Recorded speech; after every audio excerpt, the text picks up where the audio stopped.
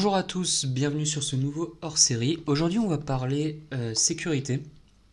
On va parler sécurité et surtout insécurité, puisqu'on sait que la France est gangrénée par ce fléau depuis un certain nombre d'années maintenant. Je vais également encore une fois n'est pas coutume disons, je vais vous exposer en fait la situation dans le pays dans lequel je vis aujourd'hui, qui est un pays de l'Union Européenne. La situation sécuritaire, hein, euh, histoire justement qu'on puisse faire un comparatif et également faire un comparatif des méthodes employées par les forces de l'ordre. Mais avant ça, j'ai envie de quand même d'évoquer un truc qui me redonne espoir par rapport à la France. Un outil qui a été créé, alors je trouve ça aberrant qu'on doive arriver au point de créer ce type d'outil, mais l'idée d'avoir créé cet outil-là est absolument géniale puisque ça pourra probablement permettre aux gens de se déplacer de manière un peu plus sécurisée, étant donné que les pouvoirs publics ne font rien et que la police ne peut plus rien faire sans se faire filmer, sans se faire tacler de tout et n'importe quoi, et qu'on leur donne pas de moyens, et qu'on en a rien à foutre de leur situation, etc. Donc cette application en fait, ça s'appelle Secumap. Euh, pour résumer, alors je n'ai pas pu la télécharger personnellement, je pense que c'est parce que justement je suis à l'étranger, ou peut-être qu'elle n'est pas encore disponible sur App Store. En tout cas, je mettrai le lien en description. C'est une application. En fait, de ce que j'ai compris, du coup, c'est un genre de Waze. C'est-à-dire que vous pouvez vous balader, enfin, vous mettez votre trajet, et en fait, sur le trajet, vous verrez s'il y a des fauteurs de troubles qui ont été signalés. Alors, je présume que ça fonctionne pareil, comme dit, parce que ça m'a l'air vraiment, vraiment similaire. Donc, en fait, comment dire, on peut dénoncer un individu agressif, une agression qui est en cours, le fait qu'il n'y ait pas de lumière ou qu'il y ait des manifestations, qu'il y ait un individu suspect également, qu'il y ait des pickpockets ou des pervers. Ça a l'air d'être tout nouveau, parce que comme dit, j'en ai entendu parler très vraiment là dans les derniers jours. Euh, Ça a été fait en France, et ça n'est que disponible en France pour l'instant, de ce que j'ai compris. Mais je trouve ça. Alors, comme dit, l'idée en tant que telle, je la trouve géniale au vu de la situation dans laquelle on est. Mais c'est quand même grave qu'on en arrive à un point où il y a des entrepreneurs qui sont obligés de publier, de faire ce genre de choses pour qu'on puisse se balader tranquillement, sans avoir trop de problèmes. A priori, c'est la situation la plus aboutie pour l'instant. Et je trouve ça dommage en fait. Je trouve ça dommage parce que on a un pays, on a sincèrement un beau pays. Comme je vous ai dit, moi je vis à l'étranger et j'ai la chance, encore une fois, je sais que je l'ai dit plusieurs fois, j'ai la chance de côtoyer des gens qui viennent de vraiment partout. Des gens en Europe, surtout d'Europe et d'Amérique du Sud. Et tous ont le même constat, la même idée de la France. C'est-à-dire qu'ils voient la France comme un beau pays, euh, une belle culture, une belle gastronomie, etc. Et en fait, ils déchantent quand ils vont à Paris. Bah oui, ouais, tu m'étonnes. Oui, effectivement, il y a de quoi déchanter. Et là où moi je vis, donc c'est un pays d'Europe du Sud, j'habite dans une capitale. Euh, En fait, si vous voulez, je vais pas dire qu'il n'y a pas d'agression, qu'il n'y a pas d'embrouille dans les rues, ou qu'il n'y a pas de... Non, on va peut-être quand même pas dire ça. Mais, euh, en fait, si vous voulez, le modèle ici, on a une police qui est assez tolérante sur certains trucs, c'est-à-dire que si vous allez conduire peut-être un peu trop vite, je sais pas, 5 km/h au-dessus de ce que vous avez le droit ou 10, ou si vous allez... en fait, si vous voulez, tant que vous causez pas de tort aux autres, ils vont franchement être tranquilles. Vous allez vous faire reprendre, ça oui, c'est clair. Mais et vous laissez tranquille. On va pas vous embarquer parce que je sais pas, parce que vous êtes fait cramer en train de fumer un joint, ou parce que vous rentrez bourré chez vous, ou parce que vous portiez récemment, parce que vous portiez pas votre masque à un moment où il fallait. Puisque bon, on a quand même ce délire-là, on n'y a pas échappé. Même ça, je me rappelle. Donc ça remonte, hein, c'était fin 2020, il me semble que le masque a été rendu obligatoire même à l'extérieur. Personnellement, je me baladais très rarement avec à l'extérieur, sauf tout au début. Et au final, il se passait rien. Et en fait, si vous voulez, les pouvoirs publics, ils ont vite abandonné cette histoire de masque dans les rues, parce que justement, ils voyaient que les flics, en fait, n'en avaient rien à foutre. Bah oui, oui, ça causait de tort à personne. Et les personnes qui étaient vraiment, qui étaient censées être à risque vis-à-vis de ça, donc je me demande qui est réellement à risque à part les obèses et les personnes qui ont des... Ouais, ok, les personnes âgées, effectivement, il faudrait les protéger. Mais je veux dire autrement, il n'y avait pas vraiment de... Il n'y avait pas vraiment de problème par rapport à ça. Et je trouve que ce modèle est bien comparé à la France, parce que justement, en fait, ici, il n'y a pas la politique du chiffre. C'est-à-dire qu'en France, s'il y a des forces de l'ordre qui tombent sur cette vidéo, et qui tombent sur ce passage-là, je vous demanderai de me confirmer ça, mais de moi, ce que moi j'ai compris de ce qu'on a pu me raconter, par mes connaissances qui travaillent en police et en gendarmerie, en fait, ils ont une espèce de quota à atteindre. Alors, je sais pas si c'est un quota au niveau des arrestations, au niveau des montants des amendes, ou je sais pas, mais ils ont un espèce de quota. Et d'un autre côté, on leur dit de ne pas faire de vagues. On leur dit d'éviter les grosses embrouilles, etc. Bah oui, puisque tout le monde est filmé aujourd'hui. Ici, si jamais vous avez une arrestation, si jamais vous faites... parce que, déjà comme dit, si vous faites arrêter, c'est que vraiment vous avez fait un truc où vous saviez que vous auriez pas dû le faire, vous l'avez quand même fait, vous avez voulu jouer au con. Mais si vous vous faites arrêter, et qu'il y a des mecs qui commencent à filmer, je peux vous garantir que le téléphone on le retrouvera plus, et le mec qui filme, à mon avis, il se fait embarquer en même temps que l'individu interpellé de base, parce que ça ne se fait pas. Et en fait, même ce genre de choses, ça ne se fait pas ici. Il n'y a pas ce genre de problème. Et moi, je trouve quand même ça dingue.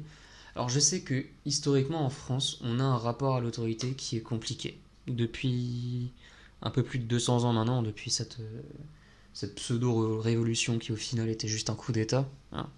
On va pas se mentir là-dessus. Euh, on a un rapport à l'autorité assez compliqué. Même si entre-temps, bah, on a eu des Napoléons, on a eu des De Gaulle, etc. Où effectivement, là, l'autorité était respectée, où la loi et l'ordre étaient respectés. En général, hein, bien sûr, il y a toujours des cas particuliers. Mais c'est vrai qu'on a tendance à discréditer les flics à cause des films, à cause de leur mise en scène, etc. Et les gens ne les respectent pas. Mais c'est vrai que c'est quelque chose... En fait, quand moi j'en parle de ça ici, les gens sont choqués. Parce qu'au final, il y a vraiment qu'en France. Je me rappelle quand j'étais au Royaume-Uni. Au Royaume-Uni, il y a quand même un truc qui m'avait frappé. Alors, maintenant, je crois que c'est quand même parti un peu en couille aussi.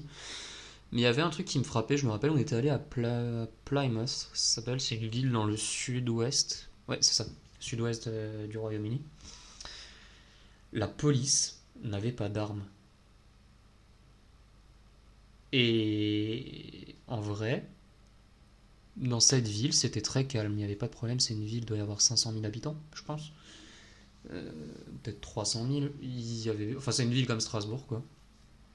Il y avait rien. Il n'y avait pas un mot plus haut que l'autre. Il n'y avait pas d'embrouille dans les rues. Alors, il y avait certainement des quartiers où il fallait pas aller.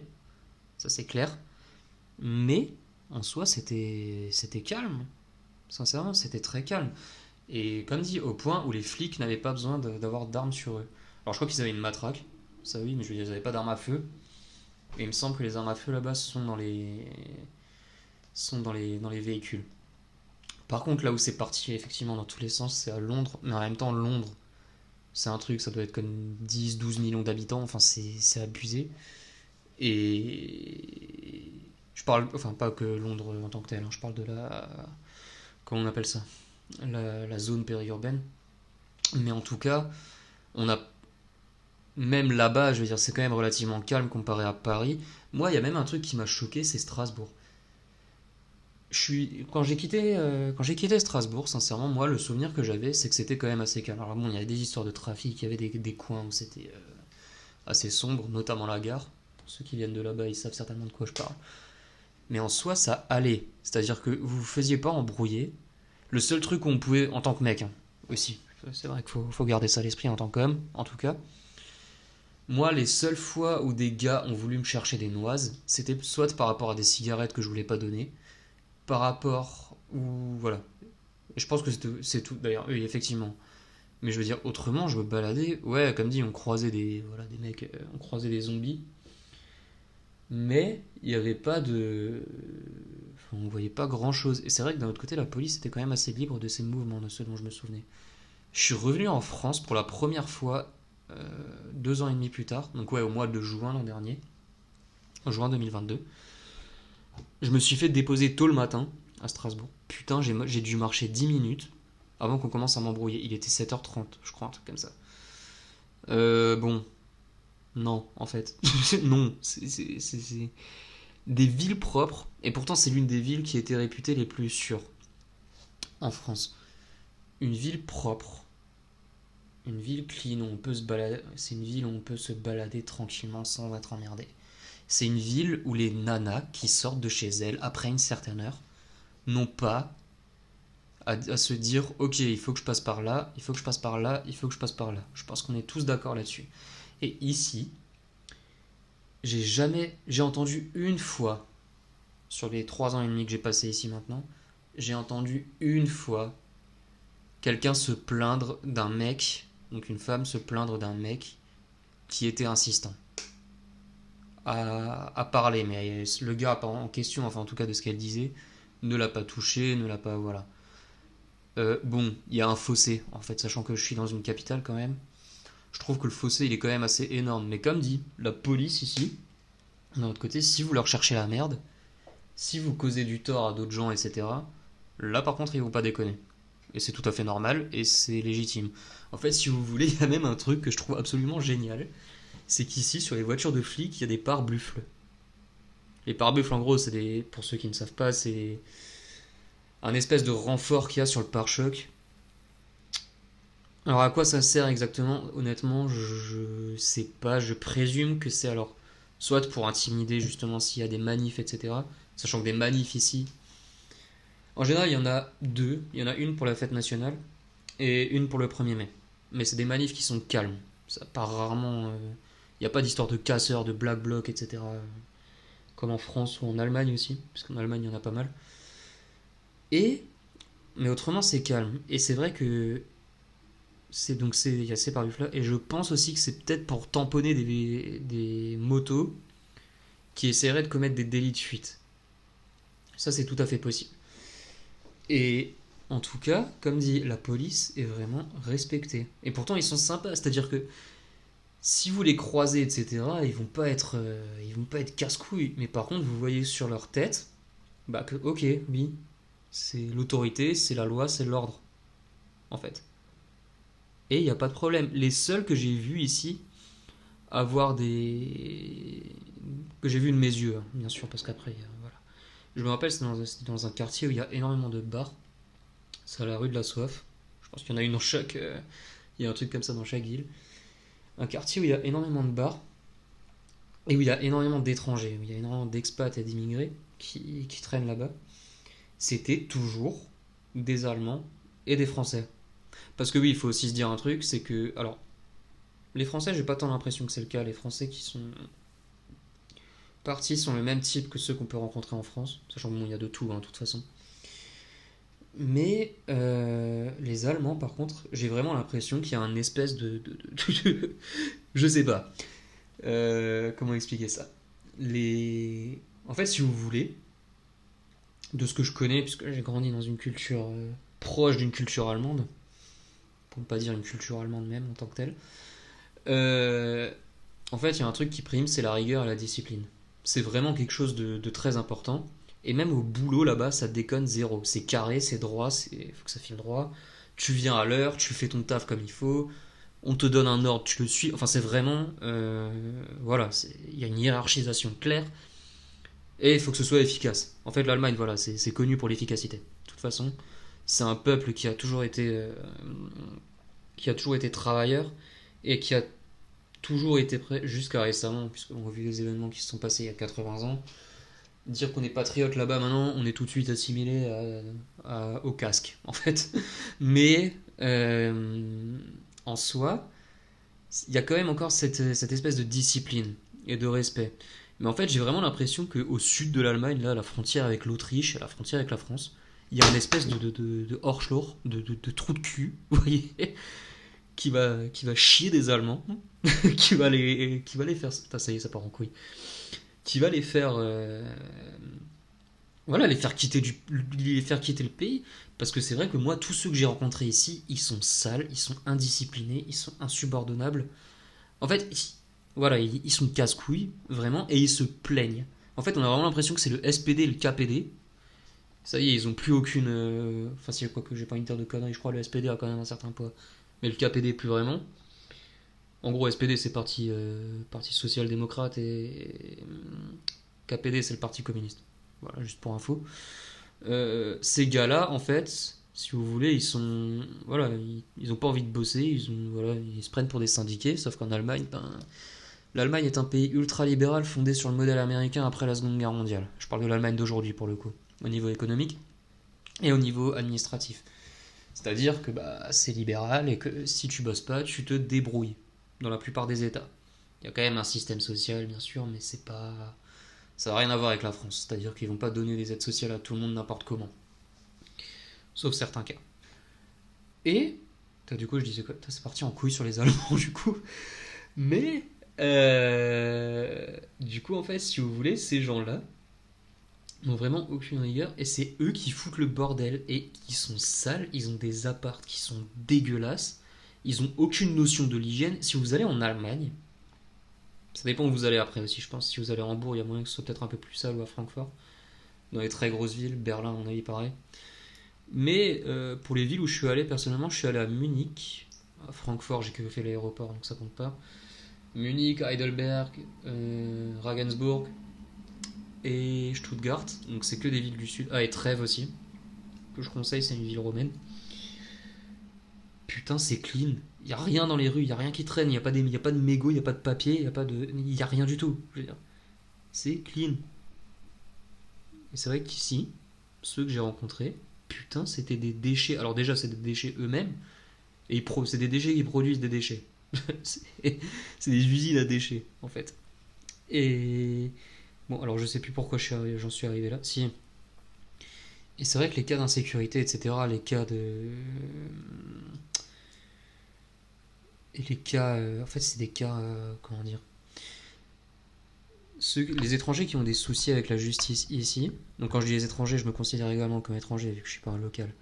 Les étrangers qui ont des soucis avec la justice, c'est souvent ces gars-là et des Néerlandais, c'est le même style, c'est le même niveau, aussi bien au niveau de l'hygiène qu'au niveau du casier judiciaire. Et c'est vrai que du coup, ça fout le bordel. Et à chaque fois que j'ai vu des mecs se faire arrêter, c'était des gars comme ça.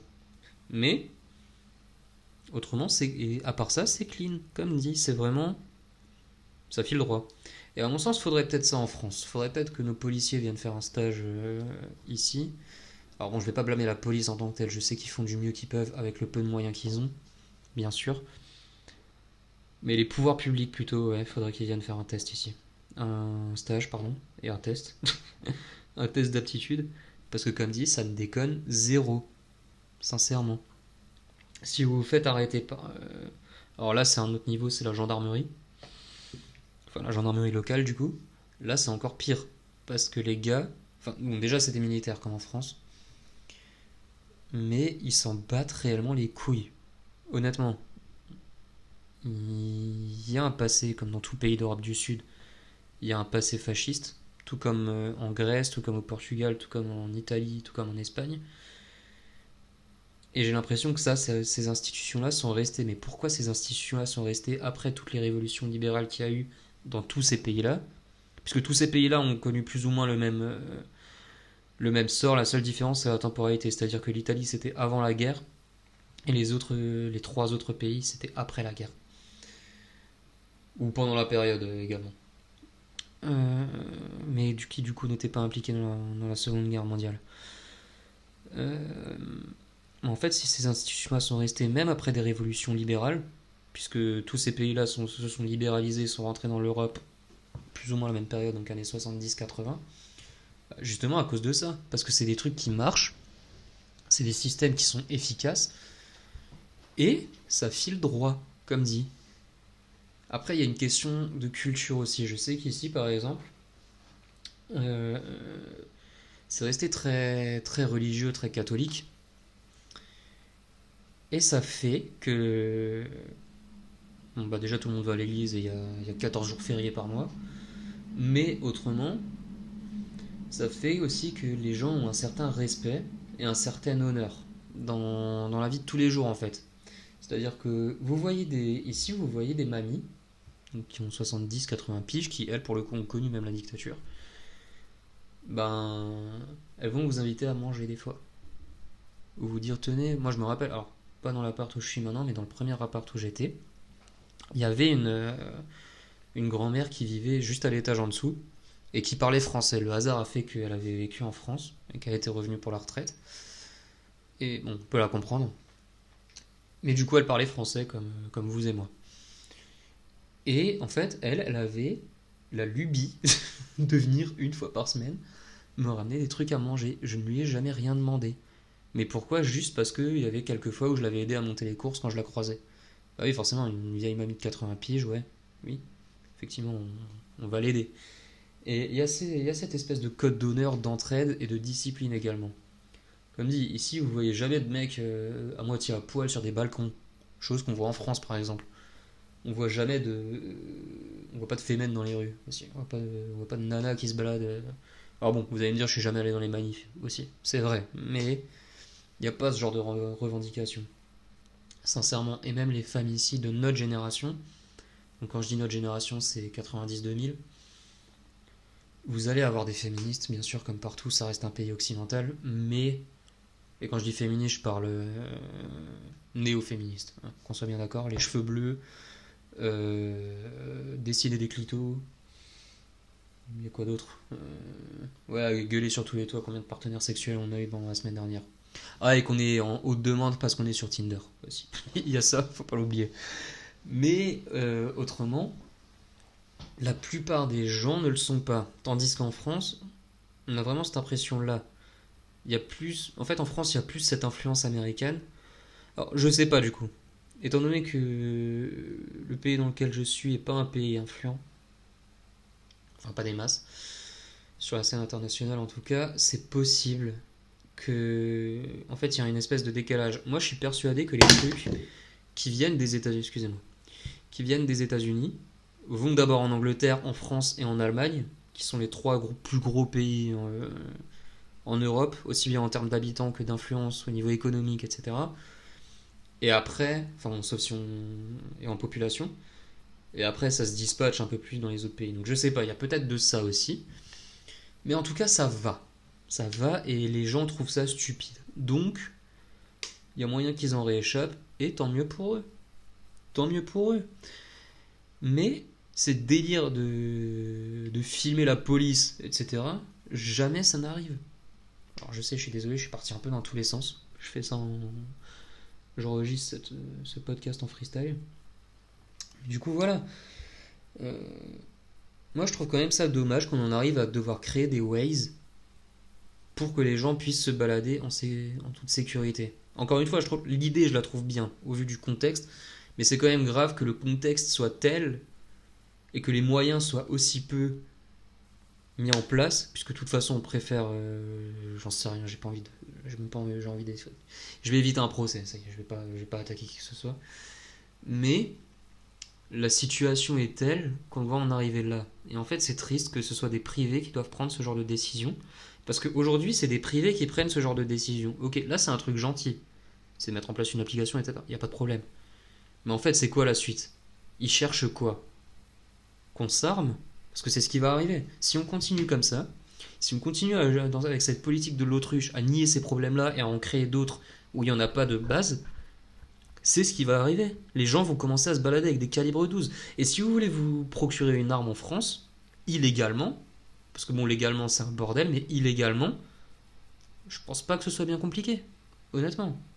Alors je connais pas le circuit personnellement, mais bon, au vu de tout ce qui se passe, toute la délinquance, etc., à mon avis, trouver un flingue, c'est pas ce qu'il y a de plus compliqué, je pense.